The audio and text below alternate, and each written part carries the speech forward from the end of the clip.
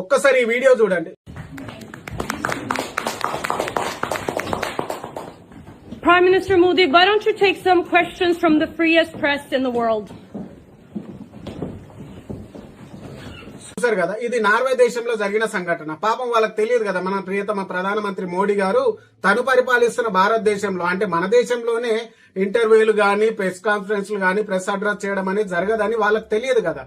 అందుకే అక్కడ ఒక మహిళా జర్నలిస్టు మేము అడిగే ప్రశ్నలకు జవాబు ఇవ్వకుండా వెళ్ళిపోతున్నారేంటి మోడీ గారు అని చెప్పేసి ప్రశ్నించడం జరిగింది.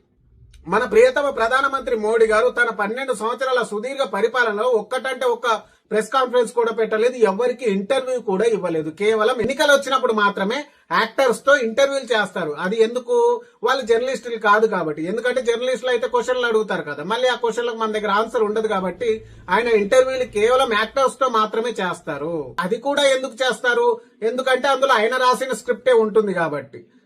ప్రపంచంలోనే జర్నలిస్టులకు అత్యంత స్వేచ్ఛ ఉన్న నార్వే దేశము జర్నలిజంలో నెంబర్ 1 స్థానంలో ఉంది. అలాంటి దేశంలో జర్నలిస్టులు అడిగే ప్రశ్నలకు జవాబు ఇవ్వకుండా వెళ్లిపోవడం మీరు చూశారు. ఇంకో జర్నలిస్టు మన భారతదేశ అధికారులతో మాట్లాడుతూ ఎందుకు భారతదేశంలో జర్నలిజం అంత స్వేచ్ఛగా లేదు అని చెప్పింది. ఎందుకనంటే మన దేశం జర్నలిజం స్వేచ్ఛలో 157వ స్థానంలో ఉంది. దేంతో పోటీ పడుతుందో తెలుసా? పాలస్తీనాతో పోటీ పడుతుంది మన జర్నలిజం స్వేచ్ఛ.